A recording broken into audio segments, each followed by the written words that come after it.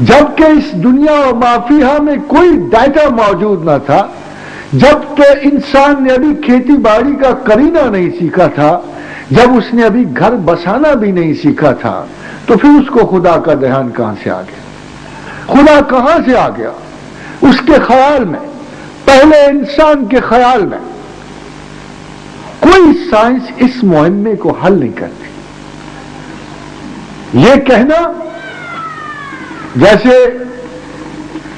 Father Schmidt نے کہا کہ یہ بات کنفرمڈ ہے کہ جب کوئی تصور نہ تھا انسان کے پاس، اس کے پاس اللہ کا تصور تھا۔ جیسے کیرین آرمسٹرانگ نے بہت بغض و عداوت سے کام لیا تصور خدا سے، مگر یہ کہنے پہ مجبور ہے کہ جب زمانے میں کوئی اور تصور نہ تھا انسان کے پاس تو خدا کا تصور تھا۔ خواتین و حضرات، یہ بات کہاں سے کنفرم ہوگی؟ یہ بات کیسے ہم جانیں گے؟ کیا یہ میری کہی ہوئی بات ہے یا کسی مذہبی انسان کی سوچی ہوئی بات ہے؟ نہیں، بلکہ جب ہم پری ہسٹورک ایج میں جاتے ہیں، جب ہم پریکٹیکلی ایک ہسٹری سے پیچھے جاتے ہیں، تو ہمیں علم الاسنام نظر آتا ہے۔ جس علاقے کی اور جس بھی قوم کی قدیم تاریخ آپ دیکھتے ہیں، جب تاریخ ختم ہوتی ہے تو پری ہسٹری شروع ہوتی ہے، جسے ہم مائتھولوجی کہتے ہیں، علم الاسنام کہتے ہیں۔ سوال تو یہ پیدا ہوتا ہے کہ اگر ہندو مواحد تھا تو اس کے پیچھے تو first trinity, second trinity, Brahma, Shiva, Vishnu, Indra, Mitra, Varuna, اور اگر ہم یونانی دو مالائی قصوں کو سنتے ہیں تو زیس، ہیرا، ایفروڈائٹ، اپولو، 5 یا 7 خداؤں کی ہیرارکی نظر آتی ہے۔ تو آخر خدا کہاں تک سچا ہے؟ قرآن کہاں تک سچا ہے؟ جب وہ یہ کہتا ہے کہ شروع میں سب مواحد تھے، پھر انسانوں نے اس توحید میں شرک کو ملایا اور میرے پاک عبادت گاہوں کو بتوں کی پلیدی سے اس نے خراب کیا اور مجھے قہر و غضب میں لایا۔ تو خواتین و حضرات، طریقہ کار یہ ہے کہ ہم مائتھولوجیز کا اگر بغور مطالعہ کریں، بڑی توجہ سے ان تمام مائتھولوجیز کا مطالعہ کریں، تو ایک بڑی حیرت انگیز بات سامنے آتی ہے کہ تمام بتوں سے پہلے بھی ایک ہی بڑا خدا تھا۔ گریک ہیرارکی سے پہلے، زیس سے پہلے، ایفروڈائٹ سے پہلے، داستان یہ کہتی ہے کہ یہ ایک باپ خدا کے بیٹے تھے جسے کرونس کہتے تھے۔ پھر جب اس نے ان کی شرکت گوارا نہیں کی تو زیس اپنے باپ کے گھر سے بھاگ کے جزیرہ کریٹ پہنچا اور اس نے اپنا وہاں پہلا مندر بنایا۔ خواتین و حضرات، بات کچھ اس طرح سمجھ آتی ہے کہ جس جگہ ایک مضبوط خدا پرستی موجود تھی، وہاں شرک پنپ نہ سکا اور لوگوں نے دور دراز کے علاقوں میں جا کر اپنے اپنے بتوں کو ماننا شروع کر۔ یہی حال ہندوستان میں ہے۔ اگر آپ کوئی قدیمی تاریخ ہند اٹھا کے دیکھ لیں تو آپ کو معلوم ہوگا کہ تمام ہندو آرینز جو تھے یہ ایک خدا اندرا کی پرستش کرتے تھے۔ وہ اندرا تھا، God of thunder and God of heaven, جسے سورگ کا خدا کہتے تھے، یعنی جنت کا خدا کہتے تھے، اور قہر و غضب کا خدا کہتے تھے، اندرا تھا۔ مگر جو ہی اندرا ہندوستان میں داخل ہوا، اقوام ہند نے سب سے پہلے اس کی 2 شادیاں کرا دی۔ اندرا کی سب سے پہلے 2 شادیاں، متھرا اور ورونا۔ جب یہ ٹرینٹی زوال پذیر ہوئی، یعنی 3 خداؤں کا یہ گروپ زوال پذیر ہوا، تو دوسری ایک ٹرینٹی تخلیق ہو گئی، اور دوسری ٹرینٹی بھی برہما، شیوا اور وشنو، یعنی برہما خدا واحد تھا اور شیوا اور وشنو اس کے ساتھ ایڈ کر دیے گئے۔ حاضرین و حضرات، پیچھے مڑ کے دیکھتے ہیں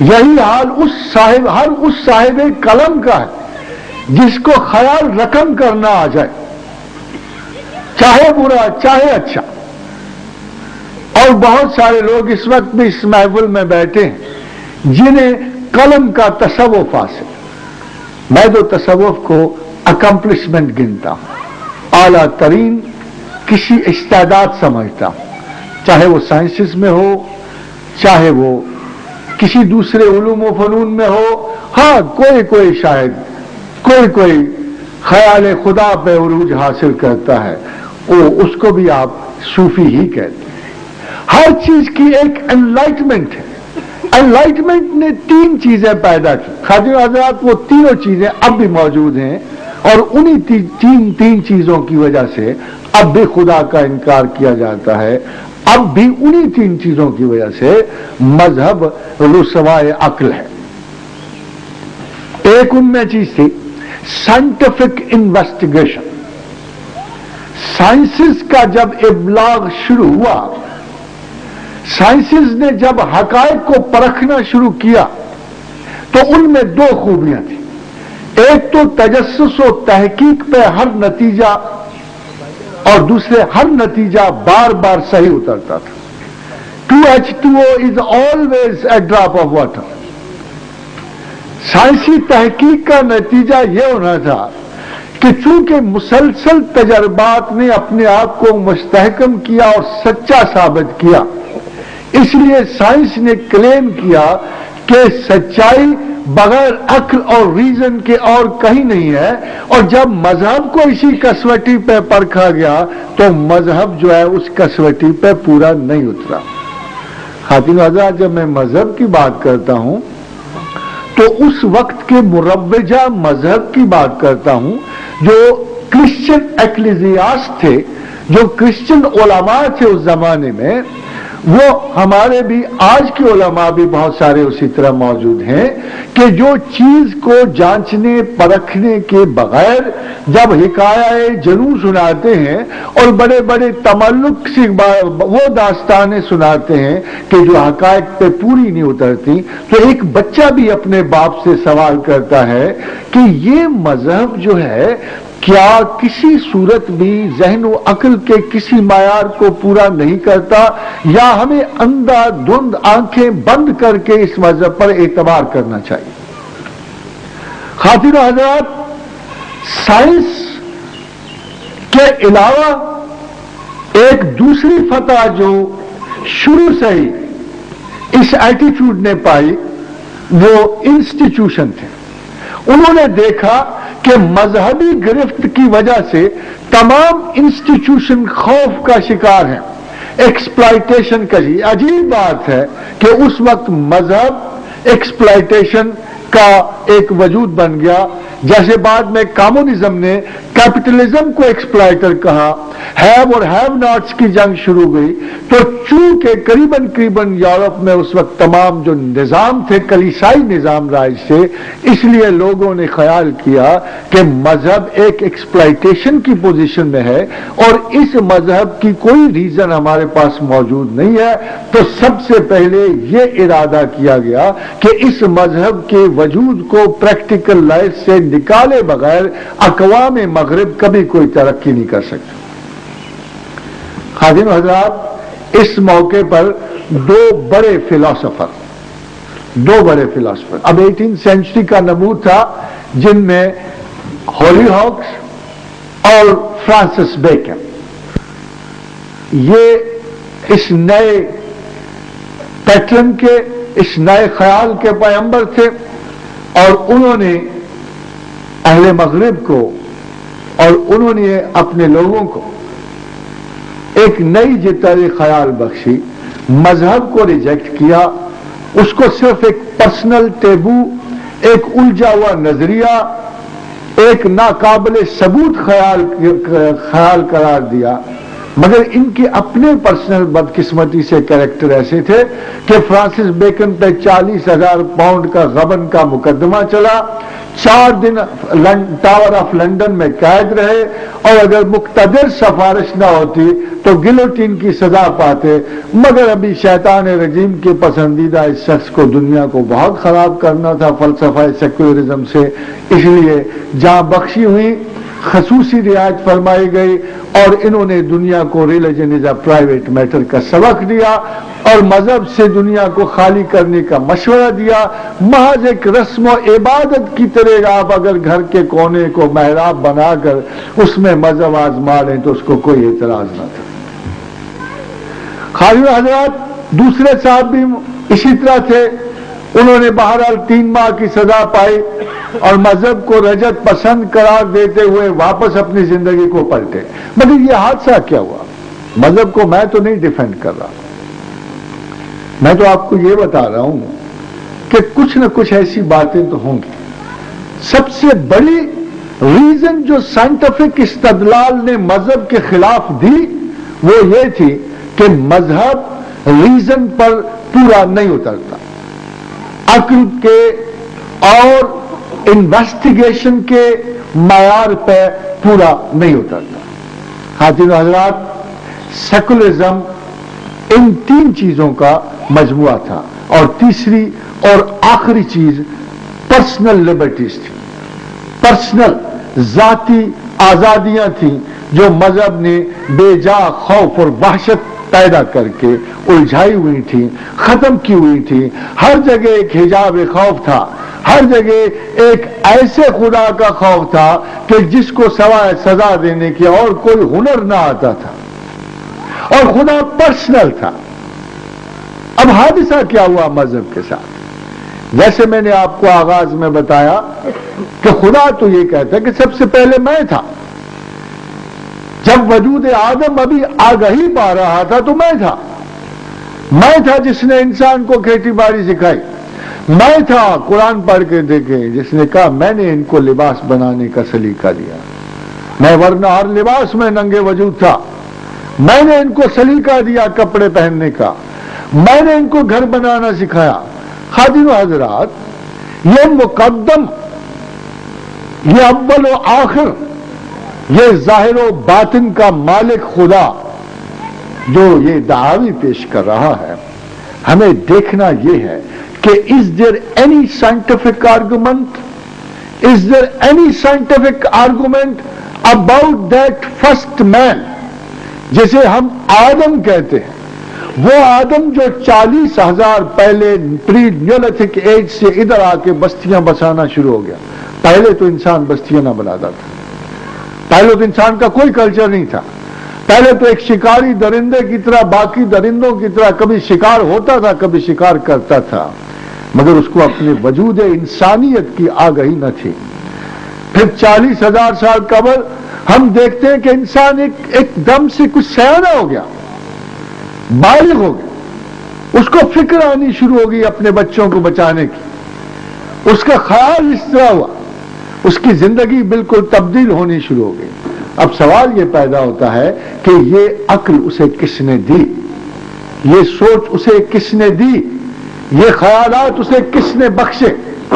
ہمارے پاس ایسی کوئی دلیل نہیں ہے، کوئی سائنٹیفک ریزن نہیں ہے کہ وہ انسان کہ جو درختوں کے پھل کھاتا تھا، وہ انسان جو جنگلی جانوروں کی طرح بستا تھا، وہ انسان جس کو تمدن کی کوئی ہوا نہیں لگی تھی، یہ سوچنا بڑا مشکل ہے کہ آخر کس وجہ سے اس نے سارے تہذیبی آثار سیکھنے شروع کیے۔ خواتین و حضرات یہیں سے گمان ہوتا ہے، سائنسز بھی اس کی تصدیق کرتی ہیں کہ سب سے پہلی انسانی سوسائٹی پریسٹ سوسائٹی تھی، مذہبی سوسائٹی تھی۔ سب سے پہلی انسانی سوسائٹی مذہبی سوسائٹی تھی۔ ایک پیغمبر سے نسل انسانی کے سفر کا آغاز ہوا، خدا کے سکھائے ہوئے بندے نے انسانیت کو فروغ دیا، خدا کے سکھائے ہوئے بندے نے، ان کا رابطہ اتنا مستحکم تھا، ان کا تعلق اپنے خدا سے اتنا مستحکم تھا کہ ہر چھوٹی اور ہر بڑی بات میں خدا کی رہنمائی اسے نصیب تھی. پھر وقت کے ساتھ ساتھ جب خدا اپنے حجاب بڑھاتا گیا، انسان کی عقل پر بھی حجاب پڑھتے گئے اور خدا واحد کی پرستش بتوں کی شراکت سے ملوث ہوئی، اور انسان نے اپنے عذاب و ثواب کو بڑھانے کے لیے ایک بڑی عجیب سی بات آپ کو بتاؤں. خدا ہمیشہ موریلٹی کے سسٹم کو اپنے پاس رکھتا رہا. خدا نے یہ نظام کبھی انسان کے حوالے نہیں کیا. آج تک دنیا کے کسی نظام، موجودہ کیا اور قدیم زمانہ کیا، آج تک نسل انسان کے کسی بھی سسٹم نے مورل سسٹم نہیں دیا. ٹریفک لاز ضرور دی، فلائٹ کے لاز دیے، بزنس لاز دیے، but no moral law has ever been given by any human society to the human beings. ہمیشہ مذہب اخلاقی قوانین عطا کرتا رہا، اور ایک بنیادی وجہ سیکولرزم کی مذہب سے جنگ کی یہ تھی کہ وہ یہ اتھارٹی کسی مفروضہ خدا کو دینا نہیں چاہتے تھے، کیونکہ خدا ثبوت میں نہیں آتا تھا، خدا ثابت نہیں ہوتا تھا، اور scientific investigation, personal liberties, concept of inquiry Allah کو چونکہ مانتا نہیں تھا، اس لیے خدا کو اخلاقی قوانین بنانے کی اجازت نہیں دیتا. اور یہ مرحلہ آج بھی ہمیں درپیش ہے. میرے خاطرین حضرات، کیوں نہیں اجازت دیتے؟ کیوں نہیں مذہب قوانین پہ پورا اترتا؟ آئیے دیکھیے مذہبی المیہ کیا ہوا. جو قومیں مذہب کی اجارہ دار تھی، سائنس میں ایک صفت آئی جو مذہب میں نہ آئی.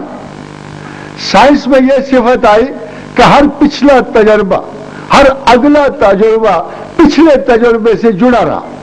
Step by step science been progressing, science been thriving on the past. جو اس کے تارینہ تجربات تھے اور جو اس کے موجودہ تجربات تھے اور جو فیوچر کی پروبیبلٹیز تھیں، ان میں اختلاف نہیں تھا. یہ کبھی نہیں ہوا کہ اگلے سائنسدان نے پچھلے سائنسدان کو بالکل ریجیکٹ کر دیا.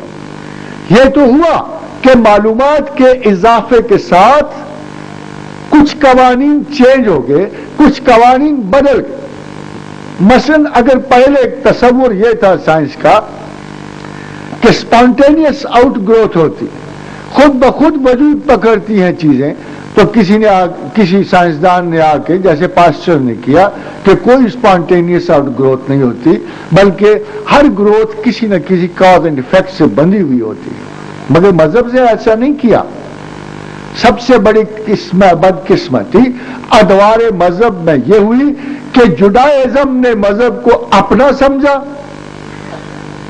یہودیت نے مذہب کو ذاتی سمجھا، اس کو متاع انسان نہ سمجھا، متاع اخلاق نہ سمجھا، اس کو متاع کائنات نہ سمجھا، اللہ کو محدود کیا، گھر کے اپنے گھروں کی چار دیواری میں اسے قید کیا، اسے جیواہا کہا، بنو اسرائیل کا خدا کہا، اپنے قبیلے کو محترم جانا، اور جالسی کا یہ عالم تھا کہ کسی غیر یہودی کو یہودی کبھی نہیں سمجھا.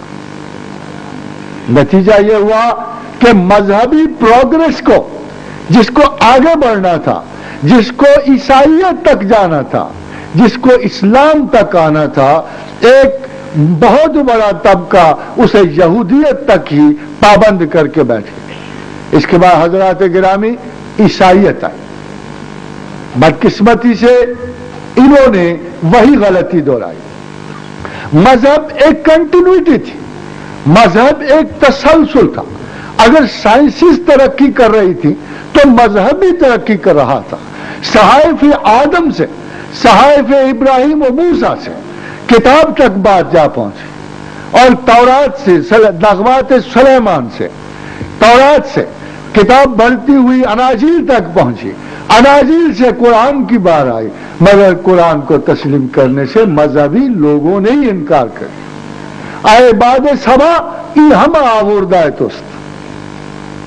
یہ ظلم باہر سے نہیں ہوا، یہ مذہبی لوگوں کا مذہب پہ ظلم تھا، جنہوں نے مذہب کو اپنی ذاتی متاع سمجھا، ذاتی جائیداد سمجھی، اور مذہب کو پابند کیا گروہوں میں، مذہب کو پابند کیا اقوام میں، حتیٰ کہ قرآن حکیم کی تسلیم سے دو بڑے مذہبی شعور کے گروہوں نے جدا کر لیا اپنے آپ کو.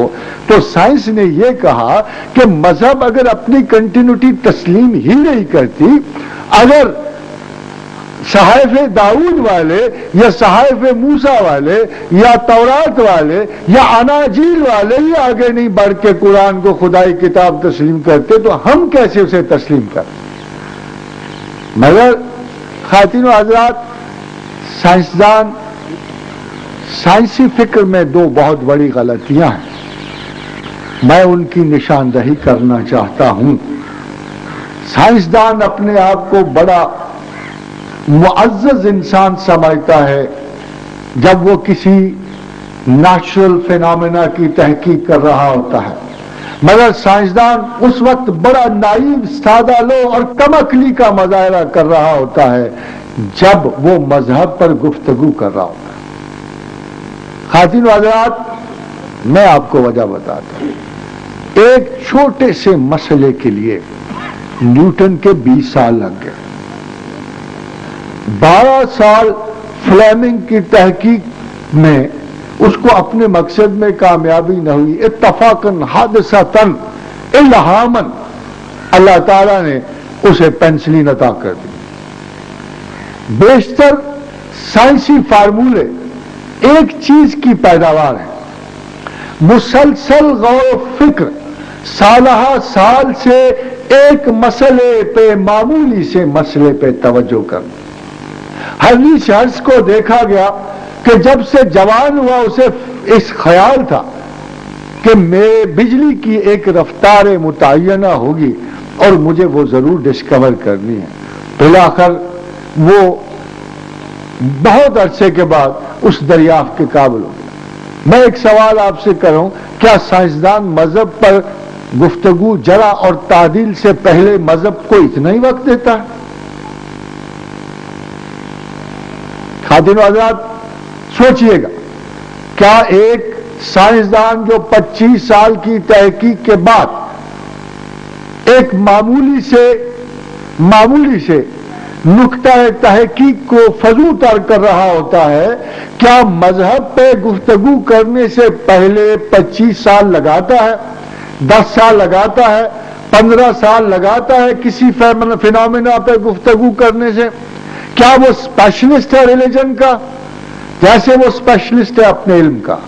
اور ہم جو اس کے علم کی قدر کرتے ہیں، اس کی تحقیق و جستجو کی قدر کرتے ہیں، ہم اس سے یہ سوال کرنے کا حق رکھتے ہیں کہ کیا یہ کم عقلی، یہ نائیوٹی نہیں ہے کہ آپ اسٹریٹ اوے اٹھ کے مذہب کی مخالفت اس لیے کر دیتے ہو کہ آپ کو خیال یہ ہے کہ مذہب حقائق پہ پورا نہیں اترتا، مگر آپ نے مذہب کا کتنا مطالعہ کیا ہے، مذہب پہ کتنی تحقیق کی ہے، مذہب پر کتنی جستجو کی. خواتین حضرات، دوسری بات سن، میں اپنے سائنسدانوں کی بات کرتا ہوں، اپنے مفکرین علم و دانش کی بات کرتا ہوں.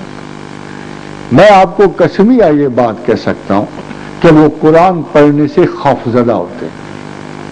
اس لیے نہیں کہ ان کو قرآن سے خوف آتا، اس لیے نہیں کہ ان کے ہاں ایک چھوٹا سا ان پڑھ سا فیتھ ہوتا ہے اللہ پہ. ایک بہت بڑے پاکستان کے سائنسدان نے مجھے کہا، پروفیسر صاحب آپ قرآنی آیات پر اثبات و دلائل کیوں دیتے ہو؟ یہ کوئی سائنٹیفک کتاب تو نہیں ہے. میں نے اسے جواب میں کہا کہ اگر میں قرآن کو اپنے ذہن و عقل سے اس کی توضیحات کو یا اس کی باتوں کو ثابت نہیں کر سکتا، میں اگر قرآنی آیات کو اپنے وجود میں مستحکم نہیں پاتا تو میں ایسے فیتھ پہ یقین نہیں رکھ سکتا. میرا خیال تو یہ ہے کہ اللہ مجھ سے بڑا عالم ہے، میرا خیال تو یہ ہے کہ اللہ آئنسٹائن سے یا رسل سے یا وٹکنسٹائن سے یا واٹسن سے بڑا عالم ہے. پھر اگر اللہ مجھے اپنے علم سے کنونس نہیں کر سکتا تو مجھے اس کی کتاب اگر نائیویٹی میں ڈال دیتی ہے, مجھے احمقوں کی طرح اگر اس کی آیات پہ یقین کرنا ہے, تو پھر تو مجھے سوچنا پڑے گا کہ میں جو رب جہلا کو مانوں. میری خواہش تو پھر بھی یہ رہے گی کہ میں اس علیم اور حکیم کو مانوں جو کتاب کے ہر تیسرے صفحے پہ یہ دعویٰ کرتا ہے کہ میں علم والا اور حکمت والا ہوں. یؤتی الحکمت من یشاء, ملاحظہ فرمائیں, یؤتی الحکمت من یشاء, جسے چاہتا ہوں حکمت عطا کرتا ہوں. ومن یؤت الحکمت فقد اوتی خیرا کثیرا, اور جسے میں نے حکمت عطا کی اسے خیر کثیر عطا کر. وہ تو اپنی طرف سے حکمت میں خیر کثیر بانٹتا پھرتا ہے. اگر وہ مجھے لاجیکلی کنونس نہیں کر سکتا. مگر خاتون حضرات, حادثہ کیا پیش آیا؟ میں نے آپ سے عرض کیا کہ مذہب کنٹینیو نہیں ہو سکا. جب کنٹینیو نہیں ہو سکا تو اصولاً ہر چیز کا ایک وقت ہے, ہر معاشرے کا ایک وقت ہے, ہر قوم کا ایک وقت ہے. قومیں آگے نہیں بڑھی, کوئی پچھلی قوم آگے نہیں آئی, کوئی پچھلا معاشرہ آگے نہیں آیا, اور مذہب آگے بڑھتا گیا, آگے بڑھتا گیا. اب سوال یہ ہے کہ چیلنجیبل ریالٹی آف ریلیجن کون سی ہے؟ کون سی ایسی ریالٹی ہے مذہب میں جسے میں نے چیلنج کرنا ہے؟ اگر میں تورات کو چیلنج کروں, سائنسز چیلنج کریں, ریزن چیلنج کرے, انکوائری چیلنج کرے, تو آپ کو خدا کا رویہ کیا لگے گا؟ خدا کہتا ہے بھائی بات سنو, یہ پارشل ٹروتھ ہے, یہ پورا ٹروتھ نہیں ہے, اس میں بڑی خامیاں نکلیں گی, اس میں بڑی غلطیاں نکلیں گی. اس کتاب کو میں اون نہیں کرتا. صاحب کتاب یہ کہتا ہے کہ تم میری طرف سے یہ نہیں پریزنٹ کر سکتے. ثم یحرفونہ من بعد ما عقلوہ وہم یعلمون. بھائی ان لوگوں نے حرف بدل دیے ہیں,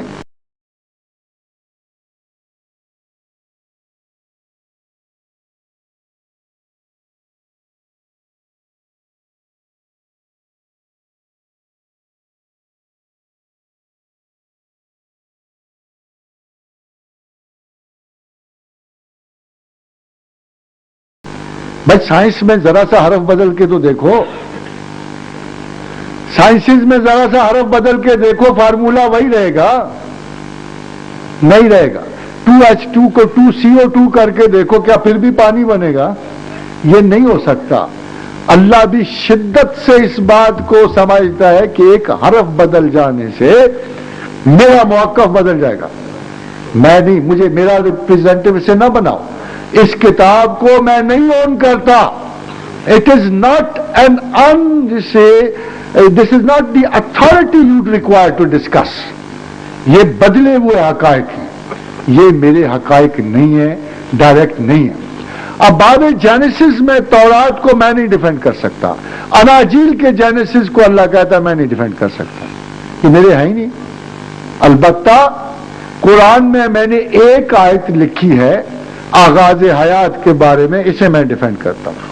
وَجَعَلْنَا مِنَ الْمَاءِ كُلَّ شَيْءٍ حَيٍّ, کہ میں نے تمام حیات کو پانی سے پیدا کیا. اگر مجال انکار ہے تو غلط ثابت کرو. میں تمہیں بتا رہا ہوں کہ میں نے پوری زندگی کو پانی سے پیدا کیا, تمام حیات پانی سے وجود پائی ہے. اب اگر سائنس کو طلب ہے, اتھارٹی چاہتے ہو, مجھے ڈسکس کرنا چاہتے ہو, تو الف لام میم ذالک الکتاب لا ریب فیہ, یہ ہے میرا ڈیٹا, یہ میری کتاب ہے, اس کے ایک ایک حرف میں کوئی شک نہیں ہے.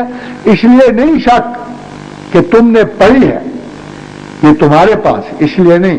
اگر میں اسے تمہاری حفاظت میں دے دیتا تو اس کا حشر بھی تورات کی طرح ہوتا اور زبور کی طرح ہوتا. نہیں, اس کو میں نے نازل کیا تھا اور میں نے اس کی حفاظت کی ہے.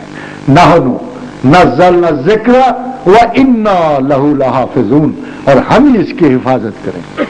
خواتین و حضرات، یہ ایک بڑا پرابلم ہوا سیکولرزم کے لیے کہ انہوں نے جتنے بھی ان کی سائنٹیفک ریزنز کے لیے، تو میں کہہ رہا تھا کہ سائنسدان قرآن پڑھنے سے بڑا ڈرتا ہے۔ میرا اپنا سائنسدان، میرے وہ معزز مسلمان سائنسدان، فزسٹ، کیمسٹ اور ایسٹرانومرز، وہ اس خوف سے قرآن کو نہیں پڑھتے کہ کہیں ایسا نہ ہو کہ ہماری تحقیق و جستجو کے معیار پہ قرآن پورا نہ اترے تو ہمیں چھوٹا موٹا بلائنڈ فیتھ بھی ترک کرنا پڑے۔ یہ خوف دیکھا آپ نے؟ اس خوف کی نوعیت اور ہے، یہ انٹلیکچوئل خوف۔ They do not trust miserable thing. Look at the mind of people. They do not trust that Quran will come up to the standards of inquiry. ان کو شبہ ہے کہ قرآن غلط ہو جائے۔ کیوں شبہ ہے؟ خواتین و حضرات، اس لیے کہ انہوں نے قرآن کبھی نہیں پڑھا ہوتا، ریزن سے نہیں پڑھا ہوتا، آنکھیں بند کر کے پڑھتے ہیں لوگ، کان بند کر کے پڑھتے ہیں، تلاوت ضرور کرتے ہیں بغیر کسی عقل و شعور کے۔ اور اللہ میاں کو دیکھو، یا حسرتن علی العباد، لوگوں مجھے تم پہ بڑا افسوس ہے نا،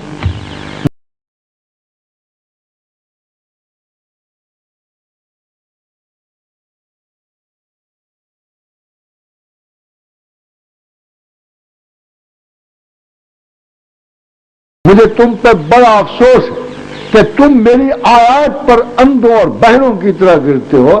تو اندھوں اور بہروں کی طرح گرنے کے لیے خداوند کریم کہتا ہے ان شر الدواب عند اللہ ہے، میرے نزدیک بدترین جانور وہ ہیں صم بکم الذین لا یعقلون، جو اندھوں اور بہروں کی طرح میری کتاب پہ گرتے ہیں، گونگے اور جو کبھی غور و فکر نہیں کرتے۔ خاتون حضرات، سائنسز اور ریلیجن کے درمیان غلط فہمی ہے، اور غلط فہمی سائنسز کو ہے، ریلیجن کو نہیں، سائنسز کو ہے۔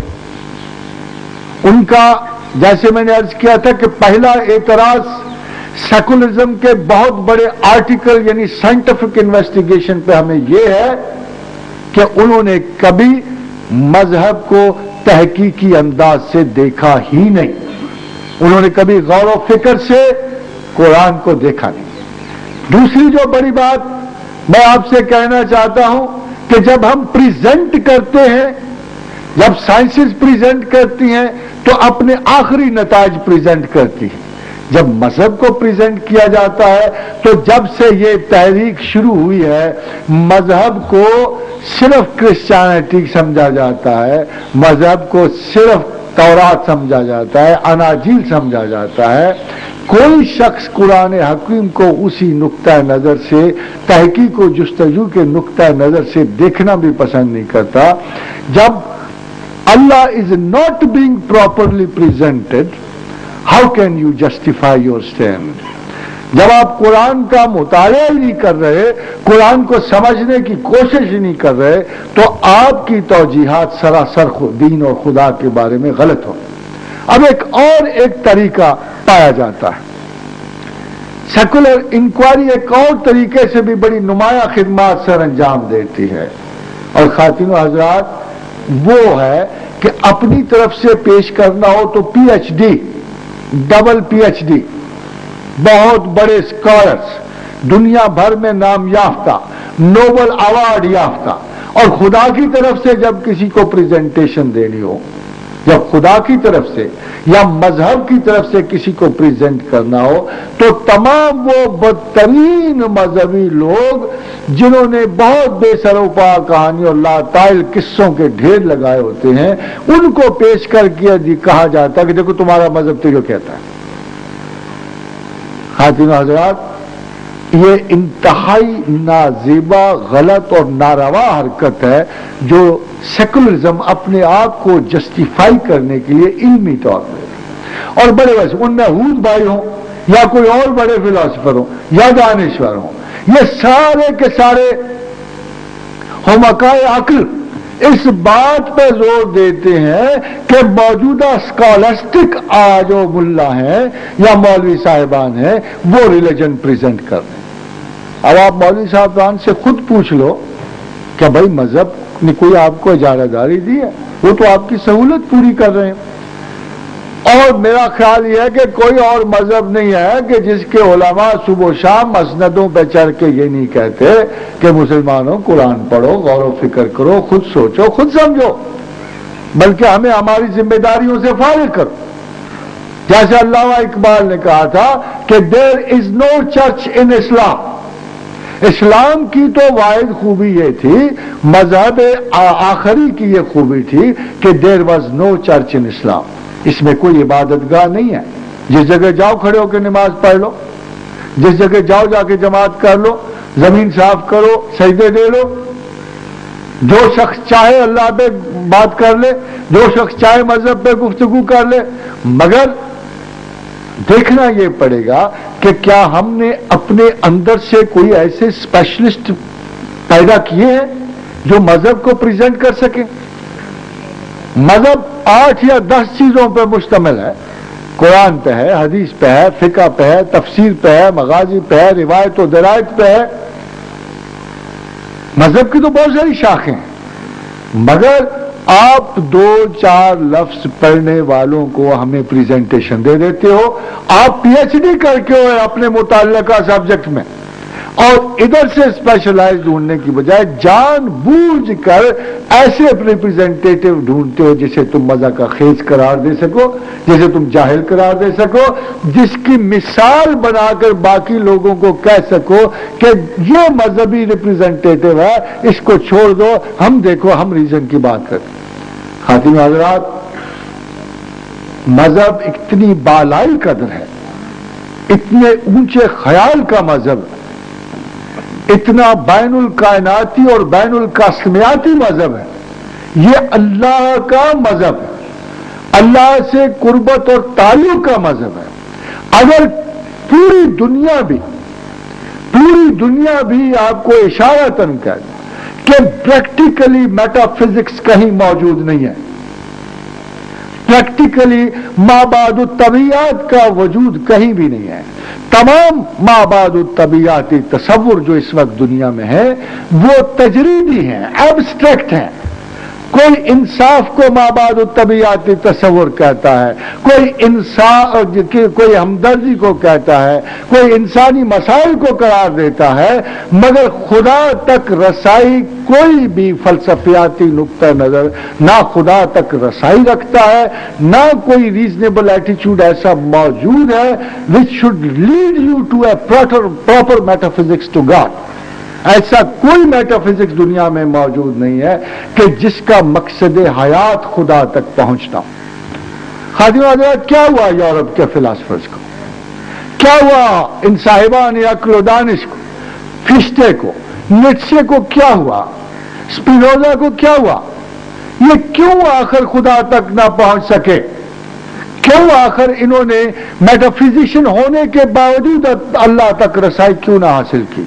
بڑی سادہ سی بات ہے، they never searched for God, they were never proper metaphysicians۔ وہ فزیکل سے آگے گئے ہی نہیں، جس کو وہ میٹا فزکس کہتے ہیں it is elated physical، that's all۔ یہ انلائٹمنٹ ہے فزیکل کی، یہ میٹا فزکس نہیں ہے، سوائے قرآن، سوائے اللہ کے جو ایک میٹا فزیکل مقصد متعین کرتا ہے۔ اسلام ایک مابعد الطبیعاتی مقصد متعین کرتا ہے اور وہ اللہ خود ہے، اور پھر طریقہ بتاتا ہے، رستہ دیتا ہے، اس مابعد الطبیعاتی عظمت کو پہنچنے کا آپ کو رستہ اور طریقہ دیتا ہے۔ خادم حضرات، دوسرے پہلو کو آئیے، یہ ہے individual Liberty. Right from the first day, جب سے انسان یہ آزادیاں حاصل کرنی چاہیے، بدقسمتی سے انسان نے بہت ساری خطائیں کرنی تھی، کی تھیں، اور کرتا ہے اب بھی، اور کرتا چلا آئے گا۔ میں بھی خطا کار، آپ بھی خطا کار، کیوں نہ ہو؟ پرفیکشن جو نہیں ہے، سیدھی سی بات۔ کہ ہم پرفیکٹ نہیں ہیں. جب ہم پرفیکٹ نہیں ہیں تو ظاہر ہے کہ امپرفیکٹ ہیں. پرفیکشن نہ ہونے کا مطلب یہ بھی نہیں کہ ہم خطا نہ کریں. سسٹم میں تناقض موجود ہے. ظاہر ہے کہ نقص کہیں نہ کہیں ضرور ایکسپلائٹ ہوگا.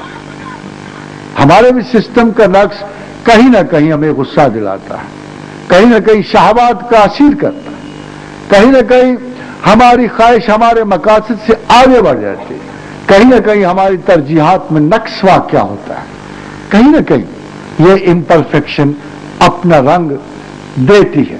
کچھ لوگوں میں چوکھا رنگ دیتی ہے, کچھ لوگوں میں ہلکا رنگ دیتی ہے.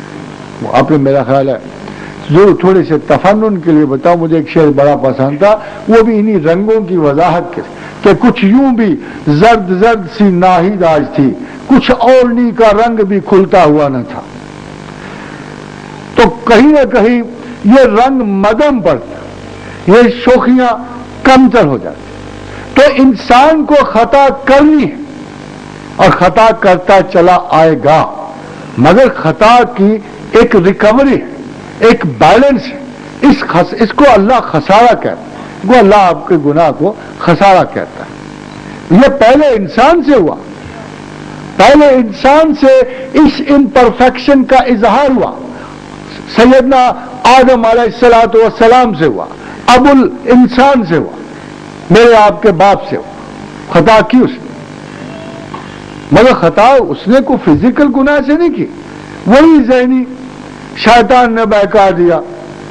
بڑا شیطان آپ کو پتا ہے انکوائری والا تھا, فلاسفر تھا پورا کا پورا, بڑا دانشور تھا, متکلمین میں بڑا درجہ رکھتا تھا. اس نے اس وقت تک آدم کو زیادہ آرگومنٹس نہیں آتی تھی, تو شیطان نے آدم سے کہا پتہ بھی ہے تمہارے لاڈلے اللہ نے آپ کا یہ پھل کیوں بند کیا ہوا ہے؟ اللہ میاں نے کہا اس وقت تک تو مجھے تو اتنا پتا خدا نے منع کیا ہوا ہے, میں تو آپ کو کچھ نہیں کہہ سکتا. تو نے کہا بھائی راز کی بات بتاؤں, اعتبار کرو گے؟ نے کہا کیا؟ آدم سے غلطی ہو گئی.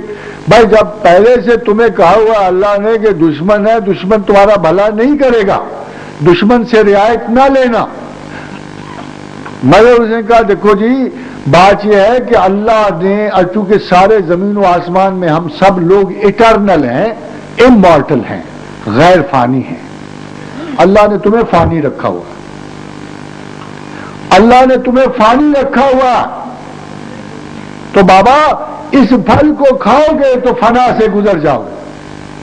بہت بڑی خواہش تھی, اب بھی ہے. حضور گرامی مرتبہ صلی اللہ علیہ وسلم کی حدیث مبارکہ کہ بوڑھے آدمی کو دو ہی چیزوں کی ہوس ہوتی ہے, مال کی اور زندگی کی.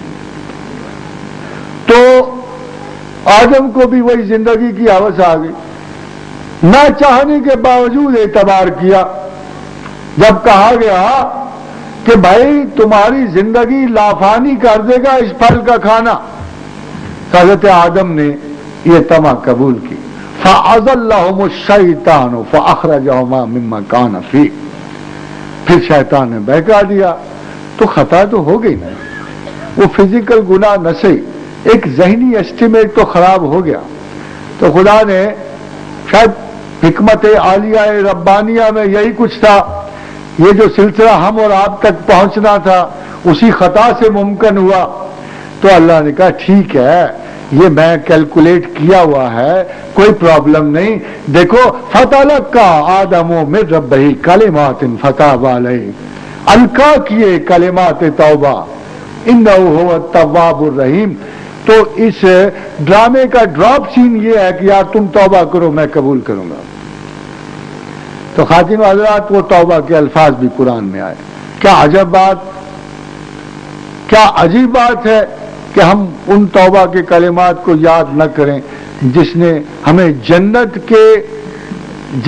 سے گزرنے کے بعد اس زمین پہ اترنے کے بعد بھی ہمارے گناہ معاف کرنے کا اس کلمے نے ہمارا ٹھیکہ لیا. ربنا ظلمنا انفسنا وان لم تغفر لنا وترحمنا لنکونن من الخاسرین, کہ ہمارا خسارہ اللہ نے پورا کیا, توبہ قبول فرمائی اور ہمیں ذہن و عقل سے نوازا, ہم نے ہماری زندگی کو خیر و برکت سے نوازا. یہ نہیں کہا کہ تم عذاب کے لیے بھیجے گئے ہو,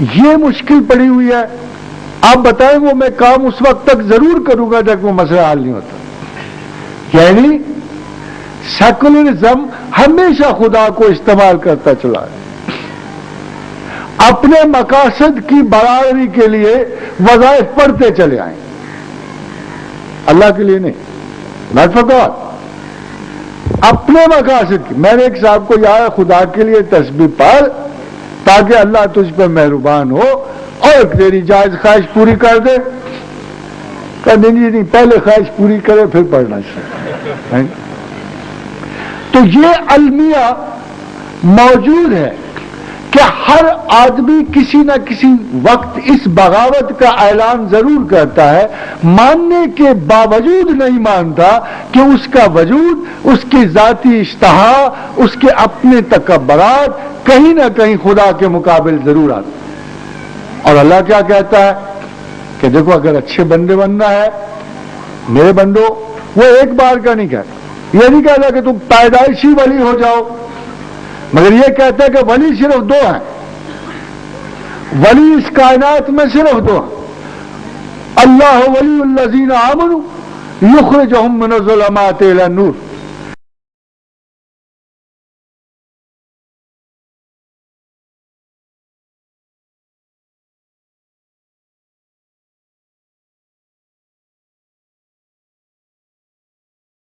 دیکھو تیسری صرف کوئی نہیں اس دنیا میں پائی جاتی۔ جیسے برین میں دو کرنٹس چلتی ہیں، دل میں دو ہی کارڈیک گراف ہوتے ہیں، اسی طرح دو ہی کرنٹس ایمان کی چلتی ہیں، لوگوں کے اعتبارات کی چلتی ہیں۔ اللہ ولی الذین آمنوا یخرجہم من الظلمات الی النور، اللہ ولی ہے اہل ایمان کا، اور ان کا کام ہے اندھیروں سے نکل کے نور کی طرف جانا۔ خاتون حضرات، اندھیروں سے تو ہوں گے نا، اندھیروں میں، اندھیروں سے نکل but by but.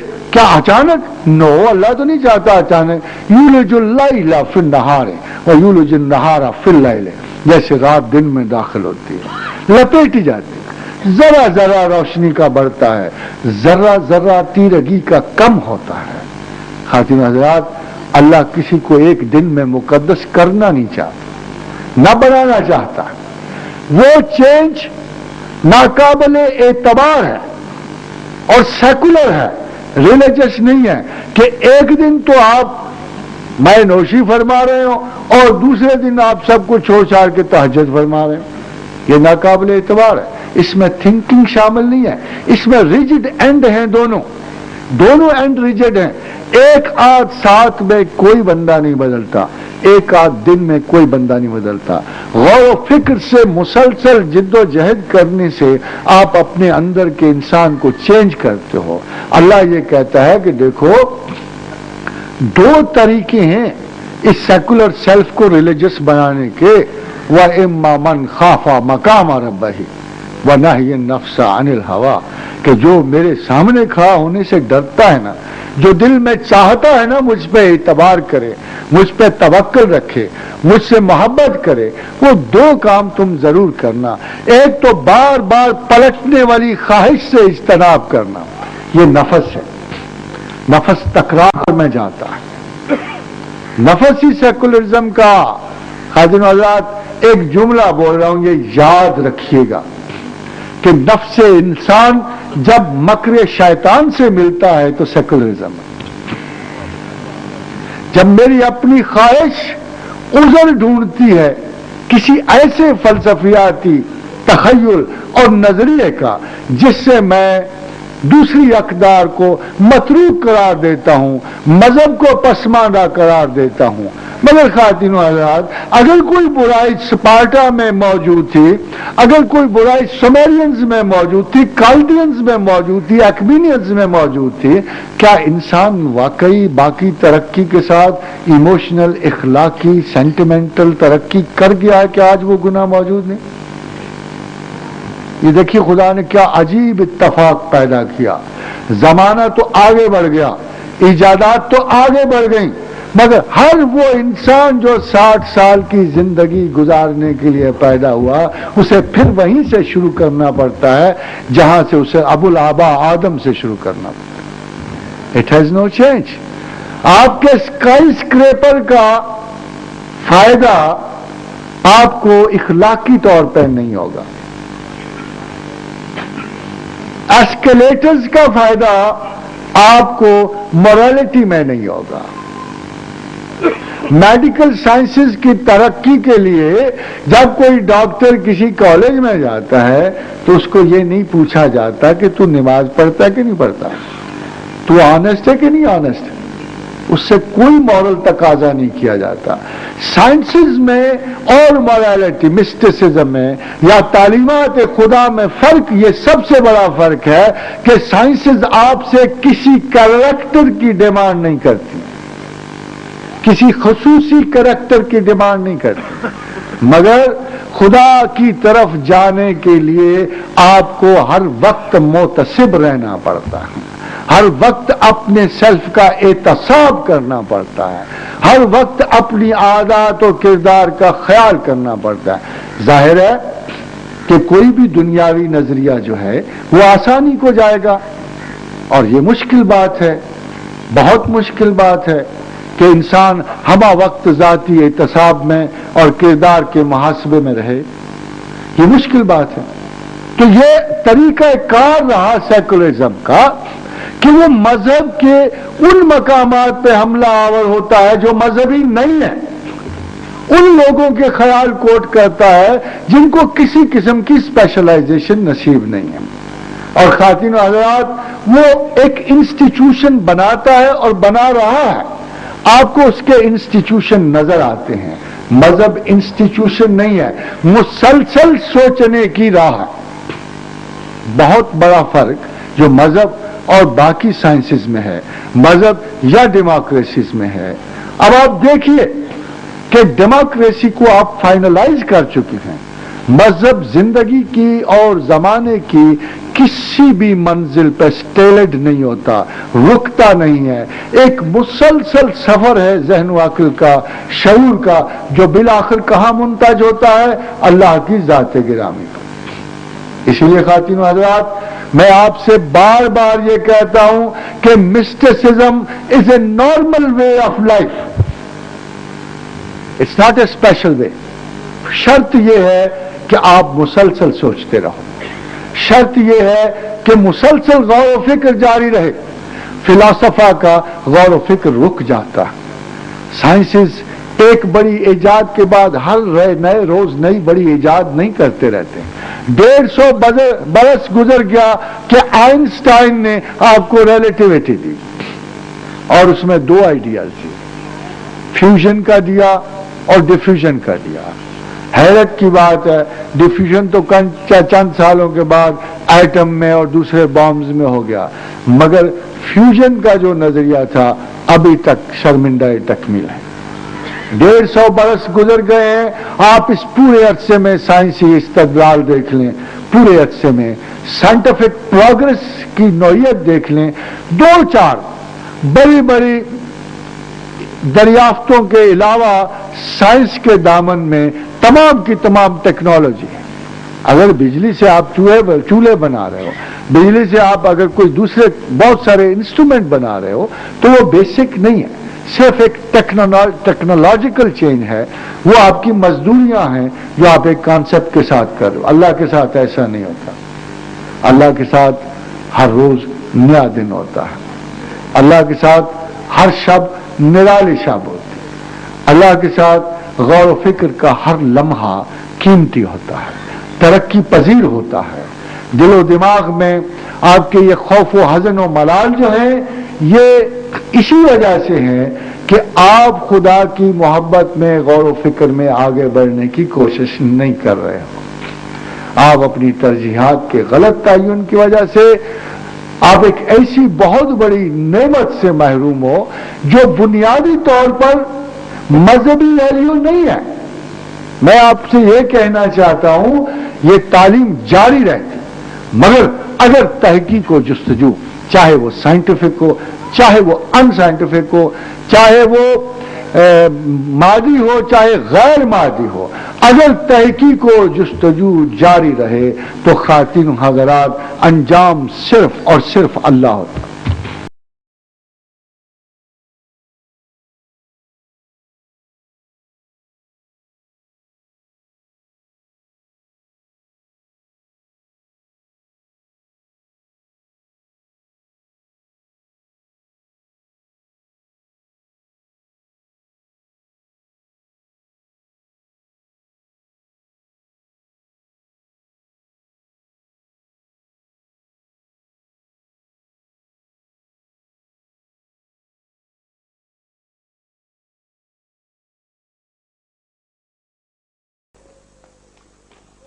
Newton had fervent Protestant beliefs.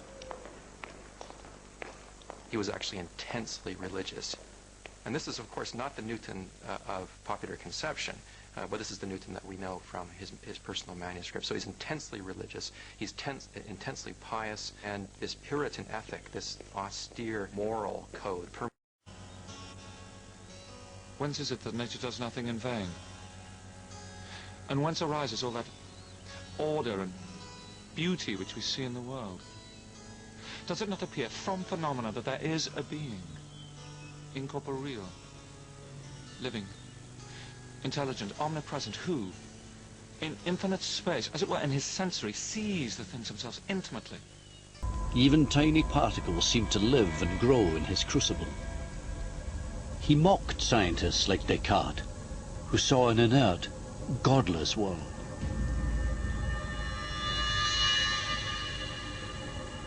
Were men and beasts made by fortuitous jumblings of atoms? There'd be many parts useless in them. Here a lump of flesh, there a member too much. Some kinds of beasts might have had but one eye, some more than two. Atoms, mechanical laws, and nothing when compared to the knowledge and wisdom of the Creator. Now, because Newton was so convinced that God is extremely powerful and unique, Newton, as the saying goes, reads himself into heresy. In other words, Newton begins to minimize, to play down, eventually to deny the divinity of Christ. And Newton comes to the conclusion very early on that the Trinity is a blasphemy on the first commandment, because the first commandment says that thou shalt have no other gods before me, and the worship of the Father, Son, and Holy Ghost, from Newton's point of view, is a heresy, discovering what a select few who had been chosen by God to share these secrets had done in the past. And he ultimately becomes convinced that he is in fact special. He has the special confidence of God. A manuscript like this really brings to life that Newton was a deeply religious man, more like a fundamentalist in many ways than many of us would like to think. Sacrament. No, I will not die in the embrace of a corrupt church. I have made my peace with God.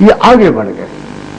آپ پیچھے رہ گئے, میں پیچھے رہ گیا, but وہ کوئی غیر معمولی لوگ نہیں تھے, وہ میری اور آپ کی طرح تھے. ہماری فزیکل کیمسٹری بالکل ایک طرح کی تھی. We should have gone the way we are. ہمیں رستے کے ہیزرڈز بڑھے, ہمیں سیکولرزم کے ہیزرڈز بڑھے.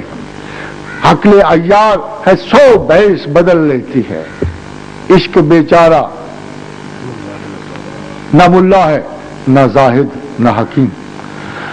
ایک سیدھی سی سادہ سی خواہش بھی اگر خلوص کو بھی ایک درجہ مانا جائے, ایک کوانٹٹی مانی جائے, تو چلیے علمیت حاضرہ نہ صحیح, لفاظی نہ صحیح, طلسم ہوشربا کی زبان نہ صحیح, اخلاص بھی تو ایک کوانٹٹی ہوگی نا جو مجھ کو کسی سے زیادہ نصیب ہو سکتی ہے, جو آپ کو مجھ سے بھی زیادہ نصیب ہو سکتی ہے. اگر علم و فضل کی جملہ کتابیں نہ بھی پڑھی ہوں تو فراست انسانیہ تو ہر انسان میں انہیرٹ ہے نا. ایک عام سادہ آدمی بھی فریس ہو سکتا ہے اور اپنے معقول جواز کریٹ کر سکتا ہے اور بہتر عقل و فکر سے کام لے کر آگے بڑھ سکتا ہے. خواتین و حضرات, سیکولرزم اس لیے دین کے مخالف ہے کہ اس کے تمام تر اندازے دین کے بارے میں غلط ہے. ایک تو مذہب کی اپنی وجہ سے کہ مذہبی ٹھیکیداروں نے وہ کنٹینیوٹی, وہ پروگرس ریلیجن کی روک کر تمام secularism was born against Christian religion in those countries. اور وہ اناجیل جو کسی تحقیق کی پائے تک نہیں پہنچ سکتی تھی, بڑی آسانی سے علماء نے اس میں غلطیاں نکال کر, غیر فطری معاملات نکال کر, غیر علمی رجحانات نکال کر آپ تک پہنچا دیے کہ مذہب تو بھائی یہ ہے, نیری خرافات ہے, یہ تو بالکل نالائکی کی باتیں ہیں. ہم بار بار ٹیسٹڈ ٹروتھ آپ کو دے رہے ہیں, بار بار حقائق آپ کی خدمت میں دے رہے ہیں. تو کون سا ایسا انسان ہے خواتین حضرات جو ایک حقیقت کا بار بار جاننے کے باوجود پھر مفروضے اور پھر ایک ایسی چیز کو چلا جائے جو اس کو زندگی میں کبھی پایا ثبوت تک نہیں پہنچتی. ایک غلطی تو یہ ہوئی کہ سیکولرزم نے جب برٹرنڈ رسل جیسے اسکالر سے پوچھا گیا, یہ کوئی معمولی انسانوں کی بات نہیں ہے, جب وہ کرسچینٹی کی مخالفت کر رہا تھا اور اس میں رتب و یابس اسے قرار دے رہا تھا, تو کسی نے خط لکھ کے پوچھا, ہیو یو ریڈ دی قرآن؟ تو اسے کہا, why should I, all gospel truth is alike. مولانا فرمائیے, جو بات میں آپ سے پہلے کہہ چکا ہوں کہ جب یہ مذہب کے بارے میں اسٹیج دیتے ہیں تو اتنی نابالغانہ نائیویٹی, اتنی احمقانہ اسٹیٹمنٹ ہوتی ہے. کوئی شخص جس نے کبھی بھی زندگی میں تورات پڑھی ہو, عہد نامہ قدیم پڑھا ہو, عہد نامہ جدید پڑھا ہو, اس کو یہ پتا ہے کہ قرآن سے ان کی کوئی مشابہت نہیں. Quran is a very different book, it's a book of facts. یہ کتاب حقائق ہے, یہ کتاب سائنٹیفک بھی ہے, سائنس کی نہیں ہے, سائنٹیفک ضرور ہے. اس لیے کہ سائنسدان اس کتاب کے حقائق دریافت کرنے کی کوشش کر رہا ہے. وہ خالق ہے, وہ تخلیق کا بنیادی, اس کو اصول دینے کی بھی ضرورت ہے.